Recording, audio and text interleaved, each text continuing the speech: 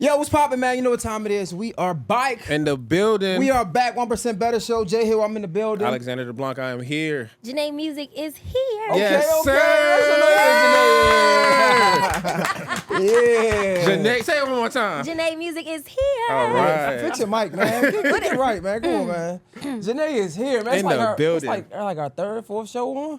I think it's fourth now. Hey, shout out to the new edition. New edition. Yes. And we got a special guest, man. KevOnStage. Oh, man. What up, big dog? What up, man? How you feeling, brother? I feel good, man. Hey, you was making moves in the streets. Like, I've been thugging first of all, in Atlanta. yeah, you have been. Yes. Yeah. What's prompting the new, I guess, yeah. What we got going on? Successful Failure. Available September 23rd, wherever books are sold, except Target. Unless we decide we're not going to Target, but I doubt that. That's what's prompting the move. Media tour. And honestly, bro, this is media now. Yeah. Like, if you think about it, TV, if I were to try to get, I mean, obviously, Jennifer Hudson and all that stuff is great. But in my opinion, people's podcasts, they have real audience that listens to their voice. Yeah. I think the old model of doing things is changing, right? Like, you guys probably are similar to me. We grew up watching late night and stuff like that.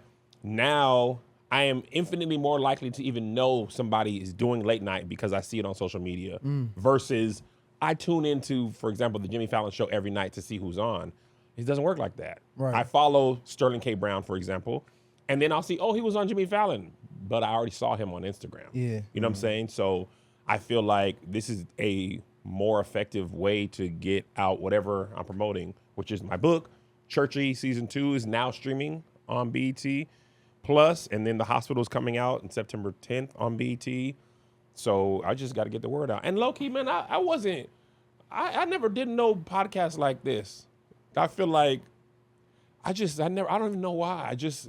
I never had anything to promote. You know what I'm saying? Like, people would ask me, and I do it from time to time. But this time was like let me be proactive and get in the streets, meet more people, be more collaborative.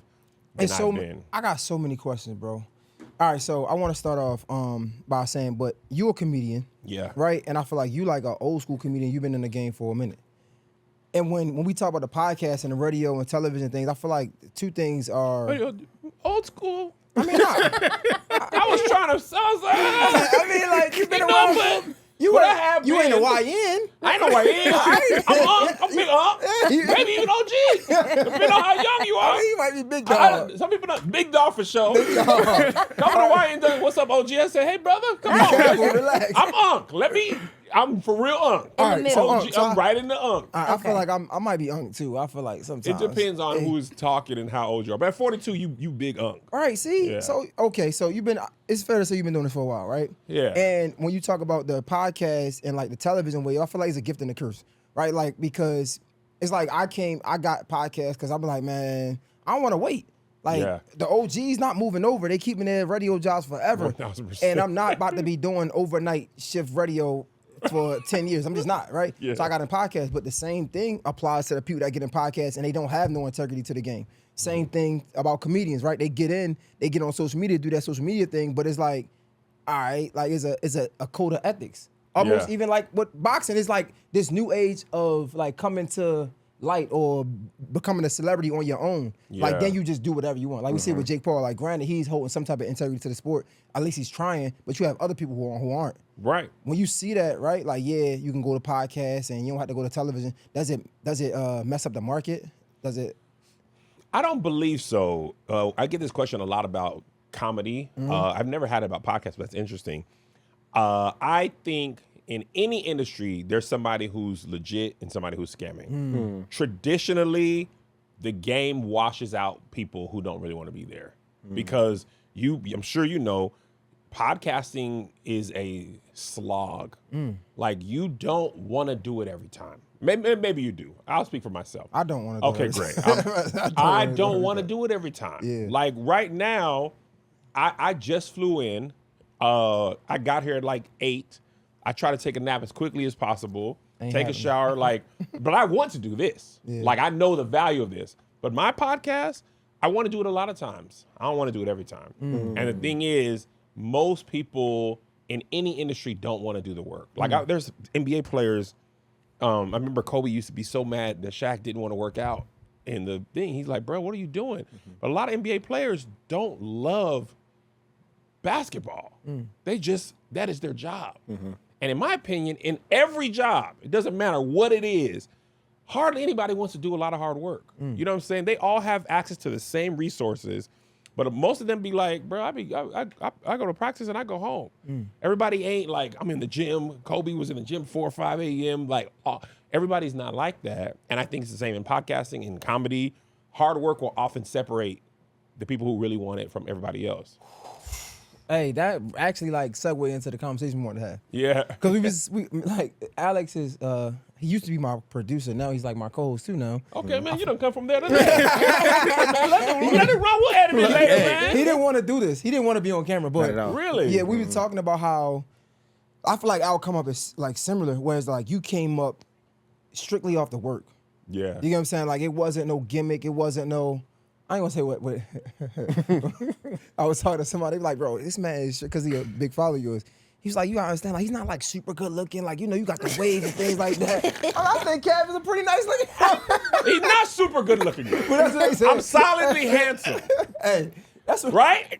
You gotta know what you is. That's all you need. I ain't Stand ugly, in your don't truth. That's all trip. you Stand need in to your do. truth. Don't trip. But I'm not like, you know, niggas super good looking, be like, dang, nigga, okay. That's what I think. I tell myself, I'd be like, I'm medium ugly. I'd rather be medium Nah, ugly. Jay Hill, you're pretty handsome. Oh, thank you, man. Yeah, but you anyway, got- that's what he. plus you got the waves. That's waves what he said. coefficient. That's what he said. He But said you the got a waves waves. on it. The beard is helpful. See? Beard is very helpful. The beard is helpful. Because bald with no beard is like, all right, now you got to do something. Now Yeah. Alex don't got waves or beard. But he got locks. Locks Y'all are gonna key. find every little. You got this. You got this.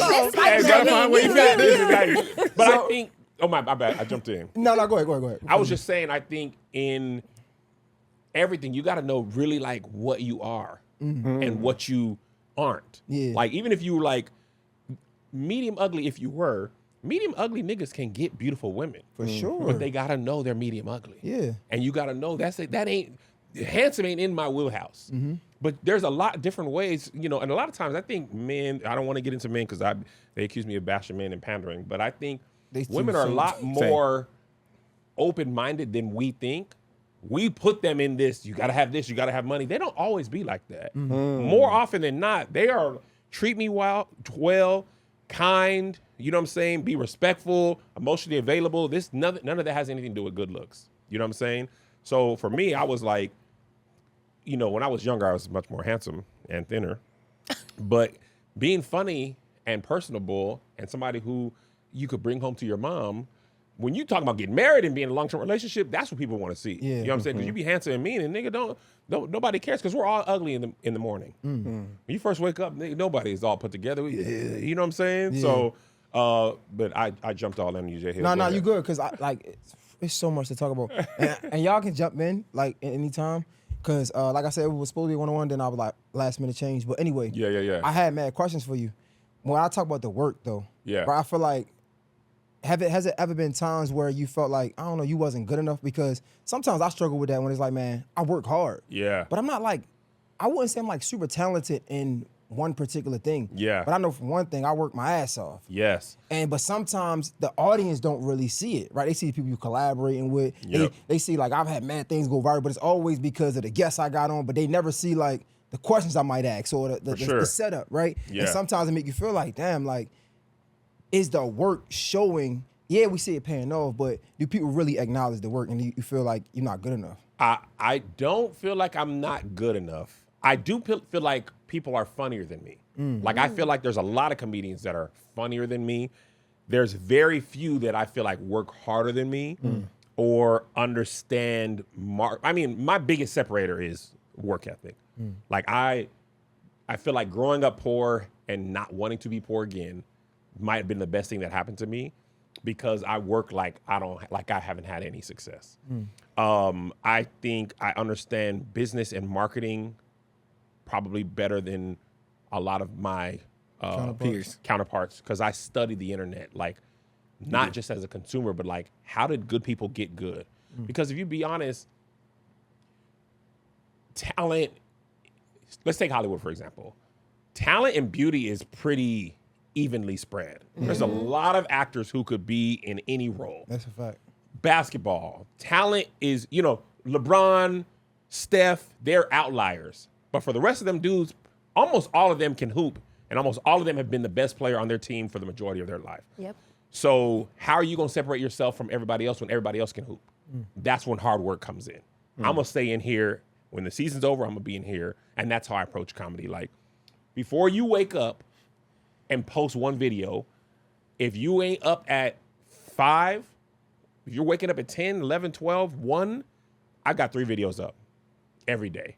While you doubting yourself or whatever, by tomorrow at 2 p.m., I got 3 more videos. So if you post 3 times a week, and I post minimum 21 times a week on 7 different platforms, because a lot of people are just doing maybe Instagram, maybe just TikTok. I'm posting 7 different times 3 different times a day, most of the time, on 7 different platforms a week, times a month, times 2 months, times a year, times 10 years. I'm just going to be seeing more than you. So you think the work is really the outlier when it comes to being successful? For me, it is. Some people are just talented, but talent really is never enough. And no matter how talented you are, you will never beat somebody who works harder than you. Yeah. You never, because that preparation goes into everything. Like when you get started, you working on the cameras yourself, right? Some people are like, my cameraman couldn't come, so I couldn't shoot today. Or I don't understand cameras, or whatever the case is. And I think, for me, that's just never going to be enough. And like you said, I think it comes from that aspect of like coming from nothing, right? Yeah. I feel like we hear a lot of people talk about it. And again, I try not to like wear like my community or my neighborhood as a badge of honor, but it is what it is, right? Right. I feel like we get into this industry and you see that y'all be saying this struggle story, but it can't be true because you move different. Yeah. Like some things you just wouldn't do if you came from nothing. Like you appreciate things different. Right. And talking about the work, like one thing that stood out, like when you do your comedy is like, curse. Yeah. Right. And I was talking to another producer of mine, JS1, shout out to him, and we were just saying like how cursing is funny. For sure. Right. Yeah. It's funny. It kind of makes Very it funny. funny. Just words. And the fact that you don't do it, but you worked hard at and you gained the audience from it. Yeah. Like that's something special. For sure. I mean, that came from I didn't cuss as a kid. Like I was a church kid and we could not cuss. You just could not. And I didn't want to be that. And I'm talking about never slip up. Like you couldn't. I just didn't believe I could cuss at school and while I'm hooping and not slip up at home. So I was just like, I'm just not going to do it. And honestly, I just felt like that was a sin for real. Like this is God. Like I was churchy. Now, fornication, okay, we make mistakes. Okay? We pick and But choose. cussing, for me, this is crazy. So on stand-up, I didn't cuss either, but it wasn't like, oh, I'm going to like, it wasn't like a badge of honor thing. It was just like, I don't cuss at all, so let me work harder. However, I would see, when I was starting stand-up, Nate Jackson had a comedy club he has a comedy club still, but he had a comedy club then. And not only would I perform every week, I would go there and I would watch every single comedian from the first opener to the headliner for years. Like I wanted to see how you won, how you struggled, how you handled when the audience was chatty. Because I seen some celebrities take some L's and I seen some openers kill. Crazy. Right? But I watched every single person. And sometimes I was like, oh, you just cussing as a bailout. But that's not the only bailout. Sometimes a sex joke is a bailout. Sex jokes will draw your attention. If people aren't paying attention, you like, man, coochie. They be like, all right, now what he say? You know what I'm saying? So, but I do believe you have to be a little funnier if you're not gonna cuss, because cussing is like seasoning. Yeah. Right. You really it makes things funnier. And this isn't like I'm better than you. Like if I grew up cussing, I would cuss on stage. You know what I'm saying? But I wanted to be a comedian like Sinbad. When you watch a Sinbad special, you're not like, you don't automatically think he cussed or he didn't cuss. You're just like, he's funny. And then you might be like, oh, I don't think he cussed. I can't remember him cussing. But it wasn't like so clean that you're like, okay, we get it. It's full of church jokes or full of like corny jokes. Like, I just talked about my life without cussing. But So- the material wasn't necessarily completely clean. You never wanted to add some of that in as a bailout? Because I know you probably had some hard shows, right? And it's like your mind never went to, I know you didn't curse as a kid, but it never went to like, all right, maybe if I add some cursing, it'll help those hard shows. Never. No, because that ain't me. Like, I feel like if I did that, that would feel so inauthentic. And I felt like for me, I know that's a cheap out. Like, honestly, part of what I love about comedy is it's hard. Like, I enjoy crafting a new joke and finding out how to make it funny and then how to make it funnier. Comedy is one of the few entertainment disciplines that you can't practice alone. Like, you don't know. It doesn't matter how funny it is by yourself. You can say it in the mirror a million times. You don't know how it's going to land. Everything is funny to me when I think of it as a joke. But you actually got to try it out on the audience to see if it really works. And then you got to craft it. Like, is this word there, or should I start this, or should I go here, or something like that? Like, it's like a puzzle. So if that's never a part of my repertoire, I don't even know it exists. yeah, I can't bail myself out with something that I don't do. So I only ask that because I'm getting into the conversation of integrity, right? Before I Yeah. go there, though, like, I know it's times where, again, I'm trying to be relatable. Like, it's things that's not me, but again, I see it and it works, and it's like, man, well, maybe I'm getting in my own way. Maybe I Yeah. can do this, Yeah. and I can compromise my integrity for the sake of my career, right? And I'm thinking, I'm like, well, I've never done it, but I always look at myself like, is this what's holding me back? See, I think it's not. And that's a good point, because if you're on the internet, a lot of things are trends and cyclical and stuff. And I have this example I often use. I've been on the internet a long time. I remember there was a stark shift in male content creators starting on women's bodies, like maybe 2013, 2014. All of a sudden, titties and butt became The thumbnail, thumbnail, the first shot. It was like sketches would start off on titties, pull back, and it'd be like, "What you think about Chick-fil-A nuggets?" Completely unrelated to the thing, to whatever the thing was. Yeah, it was crazy. I was not on the internet at this No, time.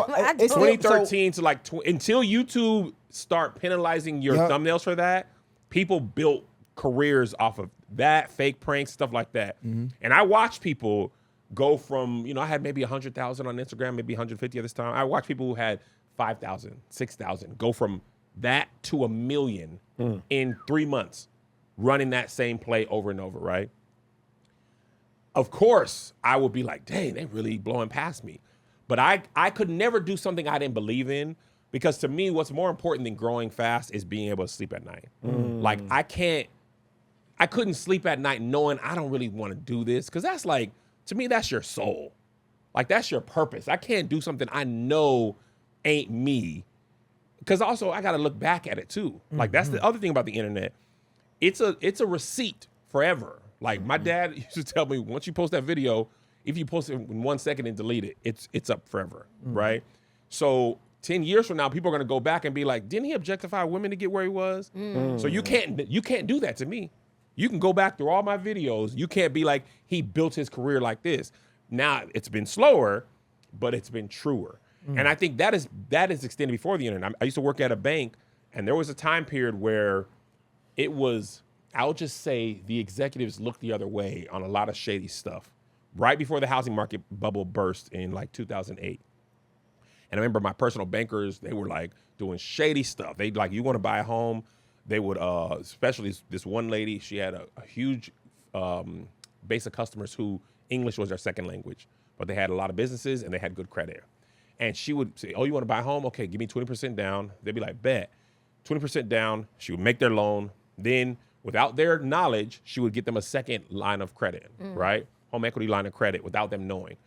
And because they didn't speak English, they didn't really know what was happening. And as long as you didn't draw on it, you technically, there was no, like, she wasn't charging them anything. However, she's hitting their credit again and giving them a loan against their knowledge. And then a few months later, she would refinance that second back into their first. And as long as their payment didn't change too much, they wouldn't notice what happened. She ran this play for like 3-4 years. Wow. She got awards. She got bonuses. She getting $7,000, $8,000, $10,000 bonuses quarterly. And then right when the housing market was about to crash, she quit, took all those bonuses, put them in CDs at that bank, and left. And then her customers would come to my desk and be like, yo, what? They would come with like their kids to interpret it. And they're like, yo, what happened? So I ended up having to tell all these people, yo, she kind of did you wrong. This is what she did. And they were like, bruh, like, this is my life. Like, they'd be violently upset. And I used to be like, bruh, I live in this town. I don't want to go to I was living in Washington. There's a Puyallup Fair. I don't want to be at the Puyallup Fair with my family and somebody hit me in the back of the head with a brick because I done cheated them, right? And the bonus wasn't worth it to me. So I applied that same thing to content. Like, if I gotta be untrue to myself to get it, it ain't really worth that. I always will go back to work a regular job. There's more integrity to me that if I got a job as a garbage man, got up and ran my truck, and I thought about this. I was like, bro, garbage man get off work early. I don't mind getting up early. If ran my truck and lived my life, got home by 2 o'clock, played with my kids, I'd rather do that than build a career off of something that I don't really believe in. And no, I feel like it would just eat away at my soul. But to answer your question fully, sometimes you're like, dang, they really blowing up like that. But at the end of the day, I couldn't do something I didn't stand by and have peace at night. You know what I'm saying? So that's why I never did that. And I think I've been rewarded for having integrity more than doing whatever's necessary. Because I don't want to step on people's necks and do whatever's necessary, because this is my actual life. Like, my kids see my content. My grandma sees my content. I want my family to be proud of what I've done. Not like, yeah, Kev did it, but I don't really rock with all that stuff, you know. But he getting money, but like, getting money ain't the only thing. Yeah. You know what I'm saying? I didn't have money for a long time in my life, and we had a good time. Can you name somebody who's got super successful, and did it, I guess, the right way? Because when I think of people, like, it's always been something. Even if we could argue if they was wrong or not, right? We look at Jay-Z and how he left. What was it? Dame Dash. Yeah, Rockefeller. Dame Dash. Right? Yeah. We look at P. Diddy. We look at all of the people that's like really successful. It always came with something. Even if it was like, it could argue if they was right or wrong, right? Yeah. But I'm like, who is somebody that's like great that ain't have nothing along with, I don't want to say nothing, but like just a clean slate? I don't think that exists, because I think you're always going to be the villain in somebody else's story if you reach that level of success, right? I don't think you can reach that. And I'm not even saying they actually do people wrong. Yeah, but of I course, think enough people probably feel like you left me. And I think that's going to be the case for me. Like, if I were to reach that level of success, Tyler Perry, Jay-Z, somebody in my life is going to feel like Kev did me wrong. We were supposed to do this together. He left me, or whatever the case is. So the short version of your answer is I don't think anybody I could say is clean. Like, if I say Oprah, there's people who be like, nah, Oprah did this and she did that, and she's responsible for Dr. Phil, even if she didn't know what Dr. Phil and Dr. Oz. I can't speak to whether she knew what Dr. Oz would become later, but because she put him on, she's gonna bear some of the responsibility for his actions post her, regardless of if she knew at the time. And I think that, that will be the case for me. So somebody gonna be mad when I'm gonna let y'all go, because before I go to another. No, I mean, I was just listening because, like, I think a lot of what you talk about kind of I hear you talk about it, like the intersectionality of like Christ and culture. Yeah, right? yeah. And like maintaining that integrity of like faith, like that's an easy one for me. I know, because I've heard you talk about it. Let them people tell it, I don't love God no more, and I've joined the Illuminati in order to make, oh my God, they put me in that loom early. And I said, if y'all put me in the loom now, I ain't even got no stuff. Like, if you put me in the loom, at least let me have the full yacht and helicopter. Y'all got me in loom, and I'm still worried about taxes. You're not going to the white parties and nothing? Bro, I never did none of the stuff. You see Magic Johnson on that yacht? That's a loom accusal. Yeah. Like, that's huge. worthy of loom accusal, bro. Yeah. I drive a pickup truck regular. You know what I'm saying? Like, but like, even before I got big at all, I'm talking about just people from my hometown in Washington. We was like, just because we moved to LA to try to make it, people were like, they gave up on God. Because I was a youth pastor back in Washington. So, he want to go chase his dreams. You don't love God. You know what I'm saying? So it's like, I'm sure if I become bigger, people back home already feel like that, because they said it when we moved, and we was down in LA struggling for years. Like, especially them first, man, probably 7, 8, maybe. Like, struggling. Melissa couldn't get a job for 6 months. We was surviving off of savings, and I got paid $500 a video to write, direct, edit, produce my sons. We had to split $500 a video. We got 4 videos a month. My wife finally got a job after like 6, 8 months, because we didn't have no health insurance. We was down there going to the urgent care. I didn't even know what urgent care was prior to that, because my dad was in the military, so was Melissa's dad, so we always had military insurance. And then we got out of college, we worked at the bank, so we always had insurance. We in LA for the first few years, we ain't got no insurance.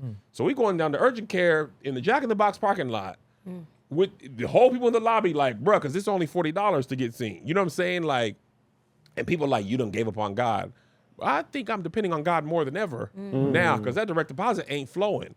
I remember the first time we moved to LA and our direct deposit didn't hit neither of us. And I was like, dang, they really not going to pay us just because we quit these jobs. This is wild. And when that money not coming and you don't know where it's coming from or how, like I depended on God way more for years. So I think you kind of got to let that go, like that thought go, because sometimes you're the villain in somebody else's story just because you got what they wanted or they think they deserved. And it's a lot easier for people to blame you or circumstances than to say, it's actually me, right? Because I used to play sports and I used to think I was going to the NBA. This is where everybody laughs, right? And I wasn't good enough, nearly. I wasn't good enough for D1 basketball, D2. When did you D2A. realize that? Tell me now. I'm going to tell you. I was, first of all, I should have known in 11th grade when I tried out for the varsity team and my coach said, look, You tried brother, out. I tried out. That's how you should know right there. We had tryouts, and my coach pulled me aside, and he was like, "Look, you're pretty good, but I'm undersized to play forward. I wasn't even a guard. I was about 5'9", 5'10" at that time, but I wasn't a good enough ball handler to be a guard. So I was basically an undersized forward. And I'll never forget, there was a player named Reggie Williams in my high school. He went to the NFL after this. He was the number 9 draft pick in his draft. He was on our basketball team. And there was another dude, Quinn Dre, who was about his height and size, who was an amazing hooper. My coach sat me down and was like, look, they are playing, and they not really coming out of the game. So you can either sit on the bench on varsity and get some little, minutes when the game's out of control either way or they're in foul trouble, or you can play a lot on JV. And I was like, As an 11th grader? as an 11th grader, Jay, I felt the judgment. My bad. I'm just curious. It's warranted. I empathize with you. So at that moment, if you go into the NBA, playing varsity at 11th grade is not a question. Yeah. He should be talking to somebody else about me, not me about somebody else. But I just love basketball. I didn't care. So after my senior year, I went. My coach had secured a little tryout for college because I still think, man, I'm like Michael Jordan didn't make varsity his freshman year. I'm thinking of all these stories. Jerry Rice went to Mississippi Valley State. Like I can still make it, y'all. I went to Division IIA. It was like Pinehurst Valley College or something like that. Me and my homeboy Andre, and we're in a tryout scrimmage. And Andre is 6'3". He hooping. Like he's a guard. He cooking. I'm getting cooked. There was this white boy. This boy probably about your height. And I mean, this white boy knows every move. He, boom, crossing me up, dotted my eye. He's stronger. I'm trying to get close to him. He bumping me off. He's strong. I'm like, bro, I can't guard this dude. Like, I legitimately cannot keep up with him. He is cooking me. So I'm like, okay, forget it. I'm going to guard one of the bigs, right? Because this is not me. So I go inside, guard one of the bigs. He's 6'8", 6'9". This man didn't dunk no scrimmage until I guard him. As soon as I guard him, he dunking it. They throw it off the backboard, dunking it. He's slapping the backboard. So the coach pulls me out.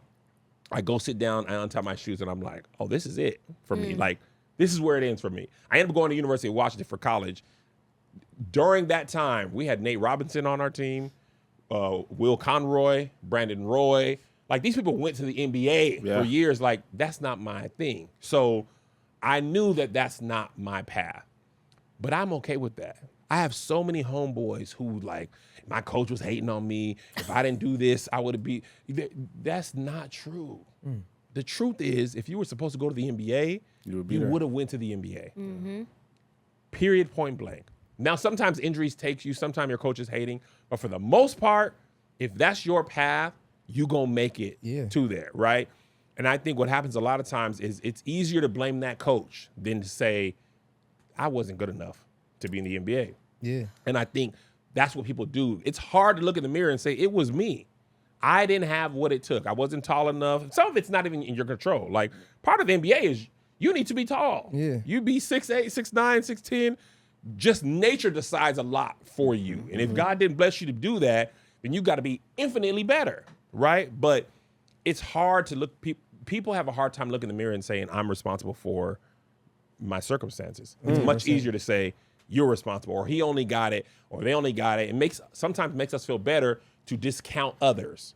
Because if we were to be honest and say we got all the same chances, then I got to look at the mirror and say it's me. And that's much harder to sit with than to blame you. So what you're telling me is that I'm going to be dealing with this until college. Yeah. Our son. Is your son a hooper? Yes. Yeah. And I'm short. And I'm like, his dad's not tall. He about 5'8" right now. Yeah. He's in the 10th grade, and I'm like, you're not going to grow anymore. You might be. And I keep trying to tell him, like, you got it. You're going to have to be a guard. All you can do is be a guard. Yeah. And so I'm like, And you got to get your the ball shorter you are, handling up. you have like, to be like, a phenomenal Because guard. guards are even 6'4". Exactly. Yeah, And so guards that's are- why I keep telling and now him. they're 7. Kevin Durant is a guard, and he's 7 feet tall. Yeah. Exactly. Luka, like, And listen, Luka, they're 6'7", 6'8". Yeah. And he won't accept it. He like, I'm not done growing. And I'm like, Okay. You keep on, keep well, on. you're in puberty, babe. So Yes, and let that also, baby have his dream. It's so funny because I have a friend I went to high school with, and so he played basketball, and I asked him. He coaches in the NBA now, but I asked him. I said, when did you realize? And he's about 5'8" too. And I said, when did you realize that? Like, when did you give up on going to the NBA? And he was like, when I started coaching there. I was like, That's how it is, though, I was like, bro. man, He you probably did- coaching them like, bro. you really thought that you was gonna play? I'm like, you're not even 6 feet. He was like, don't do me like that. I was like, Nah. It's hard, man. It's it- hard to look yourself in the mirror and be like, dang, my dream ain't happening. Yeah, I think it's the way I easier thought. when you find something else. Like when I was in college, I went D3, played football, and then I transferred to Morgan. I made the team because like I had to walk on, but I ain't about to go into all that. What happened? My coach got fired. Usually that's where it stops, right? Yeah. Like you hear people say, they recruited me, the coach got fired. Da, da, da. That's it, yeah. So I so happened to go to camp because like anybody know football, if you go from Division 3 to Division 1, you can't play that year. You got to sit out. Yeah. Make a long story short, I was able to try out during my like year that I was supposed to sit out, which was a big deal because like they keep the camp is expensive. Like you got to pay to go to camp type. Like Yeah, right? yeah. But they let me come to camp. I made the team, and the coach got fired. I got a call the next season from the new coach, like, yo, I heard a lot about you. I want you to come back. I'm already working. Right. At this time, I'm like trying to become a Q or whatever. Yeah. So I'm like, yo, the scholarship, you heard I was good, then like we can do a partial. He's like, nah, man, you come, you you do your thing in the spring, and we can see about a scholarship, but you gotta like participate in spring ball first. Yeah. I went to spring ball, I was cool, and like it just started getting to me, like the work, everything. I'm just like, man, yeah, you know what? I don't think I wanted to go to the NFL. I don't think it's happening. Like, I don't think it's happening. I'm not I gonna just keep it lost my back. hands right now. Right. But I did want to pivot though.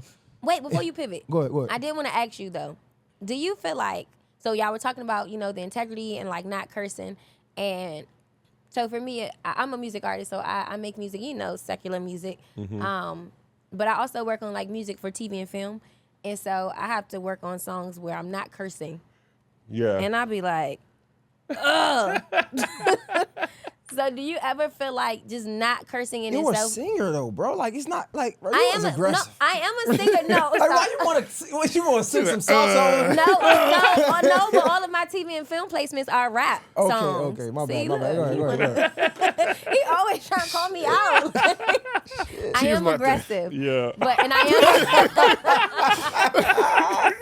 That's that DC. I am a singer Yeah. and I rap as well. I got into rap because when I was writing as a singer, the producer was telling me like, you writing aggressive stuff. And I Yo. was like, he's like, nobody want to hear you sing that. And I was like, oh, okay. So I do, so my TV and film placements are rap songs. Okay. But I have to like not curse. So I always think about like when I'm doing it, like I'm like, I feel like I'm being corny. And I know you haven't cursed anyway. Yeah. But do you feel like it puts you in a box in terms of who your audience is? Because I feel like I only don't curse in that realm. I'm corny though. Like I am corny, and I'm okay with that. Okay. Like I grew up on military bases and in church. That's gonna produce a corny nigga. I grew up in safe That's a corny environment. combo. Right. That's a corny combo. I like dad jokes and museums. Like boy, let me go to a museum by myself, brother. You could leave me alone for hours. I'm gonna read me some placards. So no, for me, I don't feel out of place doing that. But I probably, if it were the inverse, I might feel out of place. If they were like, you got to cuss to do this thing, that would feel unnatural to me. And that might be what you're feeling. Like, this isn't natural. And sometimes it's just work, right? Like, sometimes it's just, this is the job. So, like, when I worked at All Deaf, I remember as a church kid, like, I'm a church kid for real. And All Deaf, at that time, we was on some BS. We was on some wild stuff. And I was like, yo. Like, this is some crazy. I mean, we was doing stuff like, is it true black men have the biggest penises? And we would have women put blindfolds on and grab peens and be like, oh, you're small. This is probably black. This is probably a white dude. And I used to be like, this is crazy, man. Right? But that was what was necessary. So that's probably the time I felt like, you really doing whatever you. But I'm like, this is my job. They should accuse you of the Illuminati. Bruh, that's what they was feeling on penises. Man, like that's when I was like, and it got to a. But at that time, like, it was crazy because I didn't have a regular job until I got that job. So I'm trying to provide for my family, and I'm like, this is my job, bro. Like, I'm not going to work at no corporate job again because I know it's a matter of time I'm gonna get fired because I know that ain't for me. So eventually I'm gonna get fired. This job is this is how I feed my family. So I used to liken it to, like, even if you're a Christian and you're in the army, thou shalt not kill is a tenet you might believe. But if they send you to war and somebody's trying to kill you, you got to fire that gun. You know what I'm saying? Like, cause you gonna be like, but I love you, pop, pop, pop, pop. Now you home in a box. Yeah. So I think that's how I justified it. But it did used to feel, I used to feel like this is not right, but I don't want to get fired. Especially them early years at All Deaf, it was a dog eat dog world, and everybody was gunning for everybody's job. You know, we all. So you didn't want, like, at that time, man, we would get to work at 7, 8, work till 6, 7, and then be available pretty much until 9, 10, email, Slack, and stuff like that. So I was doing all of that because I'm like, LA is very expensive. Like, we owned a home in Washington. Our apartment was smaller than our house and more than double our mortgage. So, and it was just like, bro, I gotta do this. Because my kids are hungry, and they don't care if I'm selling crack or jokes. They want them Capri Suns in the bottom of the refrigerator. Right? I need to make sure there's some fruit snacks, brother, and I don't care how you come about it. So, yeah, that's probably the closest thing I've done to feeling like that. And that's why I kind of wanted to pivot to, like, the faith aspect of it, right? Do you feel like the more knowledge that gets exposed about Christianity or all faiths, does it get hard to keep your faith? I don't think so. For me, I think, but also I'm a curious person by nature. And I think I found in my life, some people are not curious. They just want to reinforce what they have always been taught. And I'm going to speak specifically about Christianity in my life.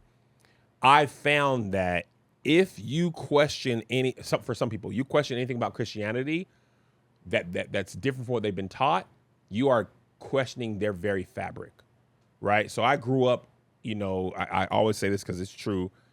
For the majority of my life, none of my pastors went to seminary. They were not theologians. They just either built the church, their dad built the church. They felt like God called them, but they did not go to seminary and study the Bible beyond their own understanding, right? I'm not saying they didn't study, but they weren't like academically studying. So when I grew up, especially when I was very young, it was basically whatever the pastor said, word was bond. But then it was stuff that just didn't make sense to me, even as a kid. Like, our pastor in my first church was like, going to the movie theaters is a sin. And I'm like, but watching movies is not a sin. So I'm like, how is this a sin? Like, is it the movie? Is it the location? Like, what's a sin about it? Because it just didn't make sense. I remember being a kid, like, how can me going to watch The Lion King, what could be inherently sinful about that? And nobody could ever make me make sense. When I got old, my grandma was like, oh, yeah, he started saying that because his son had sex in a movie theater. I knew that. So it became a sin for everybody. So I'm like, that's not biblically sound. They didn't even have movies in the Bible. Right. So how could something that didn't exist when the Bible was created be now sinful and you using the Bible to justify that? And I remember later on, in my life. I grew up apostolic, which is very rigid. Acts 2:38, the only way to be saved is to be baptized in the name of Jesus only, and to speak in tongues with the evidence. And somebody else has to say, yes, he got the Holy Ghost or she got the Holy Ghost. And I remember we used to be beefing with Kojic people because Kojic people believe that, I might be messing it up, but you could be baptized in the name of the Father, Son, and the Holy Ghost. And then we was like, if you're not baptized in Jesus' name, you're not saved, right? So I remember thinking, this is kind of crazy. This is just the interpretation of one or two scriptures. And then when I was a kid, I remember we were taught, everybody's going to hear the name Jesus, and they're going to have to decide whether they follow him or not. If they don't, they're going to go to hell. And some point in your life, somebody's going to witness to you. And I'm like, okay. But I remember as a kid, I was like 11 years old, Vacation Bible School, and I was getting preached that. And it wasn't the first time I heard it. So I raised my hand and I was like, what about a kid who's born in China? Because at that time I realized I only went to church because my parents made me go to church. It wasn't my choice to be a Christian from birth. I can't go nowhere by myself. So y'all got me in here 6-7 days a week. I'm soaking this up and believing this is my way of thinking. So I was like, what if a kid in China is the Buddhist version of me? He grew up Buddhist, and they say everybody got to accept Buddha one day, and if you don't, you're going to go to hell. And say, what if we meet at 25, I tell him about Jesus, he tells me about Buddha, who's wrong? Because we both were taught the same thing. The answer that I was told was, shut up. Oh. If you don't believe in Jesus, then just hush. Sin is sin. That's not the answer. That can't be the answer, right? And then later on in life, I found out, in a lot of Western religions, it's the one person. It's Jesus, it's Muhammad, it's the prophet Joseph Smith. That's a lot of Western religions, philosophy. It's the one savior person who came to change the world. In a lot of Eastern religions, it's more about self and discovery. Like Buddhism and Hinduism, there's not a one person. It's about community more. So I'm like, a lot of this is just how you're born, where you're born, how you're raised. You know what I'm saying? So these are the questions that I had. And the biggest change to my faith happened because of the internet. Two things happened in my life. One, I became a youth pastor, and two, the internet. So I remember when I started being a youth pastor, I told my pastor, the only way I'll do this is if I'm allowed to teach the kids what I believe. I can't teach them something that I don't believe because it just won't feel right. So one of my first things I asked them to do, the kids, I had like maybe 10, 15 kids. I said, what do y'all want to learn about from the Bible? So they're like 14, 15. They're like, I want to learn about tattoos, sex, what's a sin? So I was like, oh, tattoos, this is a great one. I know this is a sin. So I'm going to go tell y'all why it's a sin. I'm going to go right to Leviticus, right? And tell y'all, because I know this scripture. I done heard it my whole life. I remember my grandma got mad when Fred Hammond got his ears pierced. They were just livid. So I look up, I Googled, because I couldn't remember the scripture exactly. I knew it was in Leviticus, but I didn't remember where it was. So I saw a teen Bible study that a pastor had made, a theologian. And he was like, hey, you're probably looking for this scripture to tell your teens why tattoos are sinful. And I was like, oh my gosh, this is perfect. Yes, let me tell them why they're wrong. And he was like, before you tell them that, I want you to read a few scriptures earlier. Because one of the scriptures says you should never shave your beard. Another scripture says you should never wear clothes of two different type of garments. So if you're wearing a cotton poly blend, you're also sinning based on what you're about to say about tattoos. Another scripture says don't eat shrimp. So before you do that, read the whole chapter and then understand it. And I was like, oh my gosh. And one thing my pastor used to teach me was when you're going to preach, and you're using the Bible to justify something, you need to know who wrote it, who they were writing to, and what were the cultural norms of that time. So in Leviticus, the Bible is talking about the Levites. So these rules were for the Levites who had to be set apart from everybody else. So a lot of times we were basically misinterpreting the Bible for whatever we wanted to make it say. And at that time, I told the kids, I was like, I don't believe getting tattoos is a sin. And I can't tell you that I do, right? Now I can tell you that if you get a whole bunch of tattoos, it might affect your job. At that time, still, like I was like, if you get hand tattoos, you probably have a hard time getting a job in corporate America. That's not even true now anymore. But at the time, it was true. But I know I didn't tell them there was a sin. And then basically, as I grew up, my ideas started changing around the Bible. But I don't think that pushed me further away from God. I think it drew me closer to him because for me, I'm inquisitive. And in the Bible, a lot of people question God. It wasn't just me. Like even Jesus in the Garden of Gethsemane was like, basically, I don't want to do this. Like, how does that draw you closer? My bad. How does that draw you closer when it's like, because I kind of like, I don't want to say far removed now, but I think like when I came on here, it was a time where I got back into my spirituality, and like I dove super deep into like deeper than I've ever been, but I've learned new things. Yeah. And it was like so different from what I originally learned, but it made sense because in the Bible, and I'm like, wow, this is like even like Sabbath day, like so many things, and I'm like, this makes sense. Yeah. And it like it's like I got so much knowledge that it made me want to step back because it's like now I know too much, and it's like I gotta live this life. Yeah. And bless you, and it's like I gotta live this life. But I'm hearing you is like your questions made you get closer, whereas I feel like my questions made me more skeptical because I can't believe that everybody is wrong and this is the only way. I can't believe that. So it's like if that's not true, then how can I believe this? Because y'all saying that this is wrong and I don't believe that's true. So now it's like I just want to take a step back and like, yo, I don't know what to be true.